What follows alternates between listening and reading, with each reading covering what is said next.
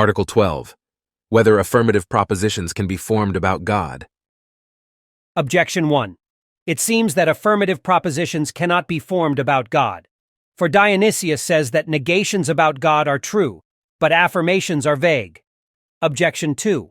Further, Boethius says that a simple form cannot be a subject. But God is the most absolutely simple form, as shown, Article 3. Therefore, he cannot be a subject. But everything about which an affirmative proposition is made is taken as a subject. Therefore, an affirmative proposition cannot be formed about God. Objection 3. Further, every intellect is false which understands a thing otherwise than as it is. But God has existence without any composition as shown above. Question 3, Article 7. Therefore, since every affirmative intellect understands something as compound, it follows that a true affirmative proposition about God cannot be made. On the contrary, what is of faith cannot be false. But some affirmative propositions are of faith, as that God is three and one, and that he is omnipotent. Therefore, true affirmative propositions can be formed about God. I answer that true affirmative propositions can be formed about God. To prove this, we must know that in every true affirmative proposition, the predicate and the subject signify in some way the same thing in reality, and different things in idea. And this appears to be the case both in propositions which have an accidental predicate and in those which have an essential predicate. For it is manifest that man and white are the same in subject and different in idea. For the idea of man is one thing, and that of whiteness is another. The same applies when I say man is an animal, since the same thing which is man is truly animal. For in the same suppositum there is sensible nature by reason of which he is called animal, and the rational nature by reason of which he is called man. Hence, here again predicate and subject are the same as to suppositum, but different as to idea. But in propositions where one same thing is predicated of itself, the same rule in some way applies, inasmuch as the intellect draws to the suppositum what it places in the subject, and what it places in the predicate it draws to the nature of the form existing in the suppositum, according to the saying that predicates are to be taken formally and subjects materially.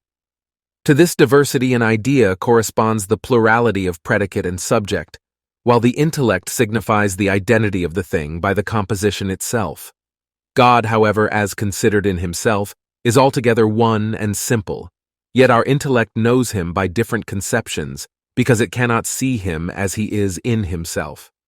Nevertheless, although it understands him under different conceptions, it knows that one and the same simple object corresponds to its conceptions.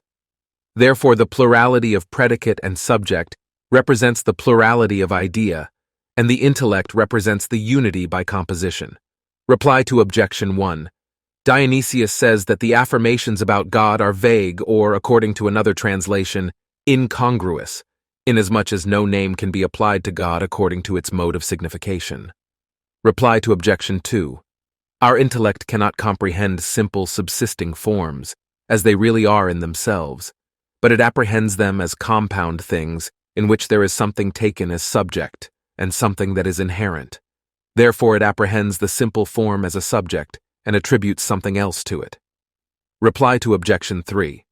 This proposition, the intellect understanding anything otherwise than it is false, can be taken in two senses. Accordingly, as this adverb otherwise determines the word understanding on the part of the thing understood, or on the part of the one who understands.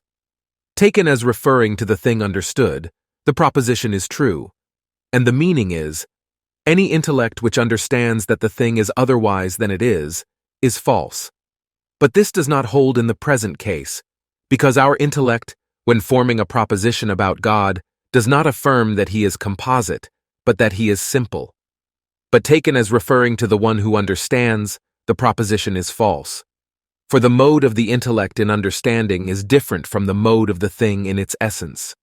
Since it is clear that our intellect understands material things below itself in an immaterial manner, not that it understands them to be immaterial things, but its manner of understanding is immaterial. Likewise, when it understands simple things above itself, it understands them according to its own mode, which is in a composite manner, yet not so as to understand them to be composite things. And thus our intellect is not false in forming composition in its ideas concerning God.